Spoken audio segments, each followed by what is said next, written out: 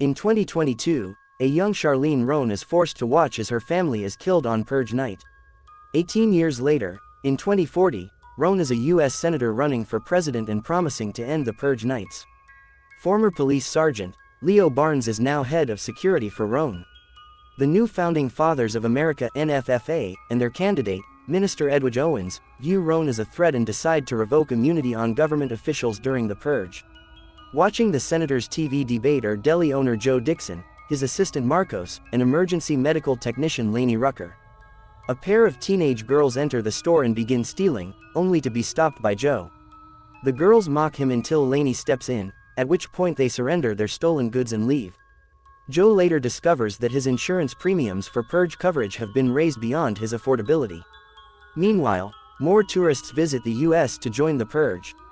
On the night of the Purge, Joe guards his store and is joined by Marcos, and together they manage to repel an attack by the teenage girls.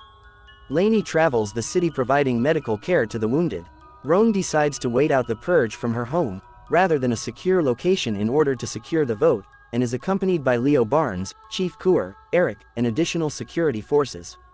However, they are betrayed by Coeur and Eric, who allow a paramilitary force led by Earl Danziger to kill the security detail. Barnes escorts the senator to safety, but is wounded in the process. He detonates a bomb in the house, killing Eric and Chief Coeur. Barnes and Roan attempt to seek shelter, but are ambushed by a group of purgers and taken captive. Before they are executed, Joe and Marcos shoot the gang dead, having seen the pair's plight from the store's rooftop.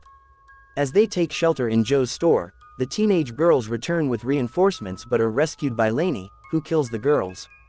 The group are then ambushed by Danziger in a helicopter, and seek refuge in an overpass where Barnes realizes they were tracked by the bullet lodged inside him, and manages to extract it as they are met by the Crips. In exchange for the group rendering medical aid to an injured Crips member, the gang plants the bullet elsewhere to divert the paramilitary team. The group arrives at an underground anti-Purge hideout run by Dante Bishop. Barnes discovers that Bishop's group intends on assassinating Owens, in an effort to put an end to the Purge.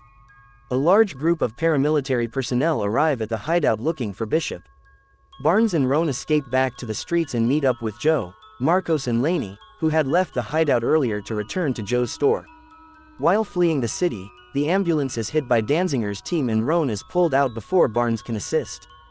He leads the group and Bishop's team to a fortified cathedral where the NFFA plans to sacrifice her. Before Roan can be killed by the NFFA, the group arrives and cause a massive shootout that kills the congregation except Owens and NFFA loyalist Harmon James, who both escape. Owens is caught by Bishop's group who still intends on killing him, but Roan is able to persuade them not to. The remaining paramilitary forces arrive, killing Bishop and his men. Danziger fights Barnes, wherein the latter gains the upper hand. As Roan's group frees Owens' victims, James emerges from hiding and kills one of the victims but is shot by Joe in a crossfire, who later succumbs to his injuries.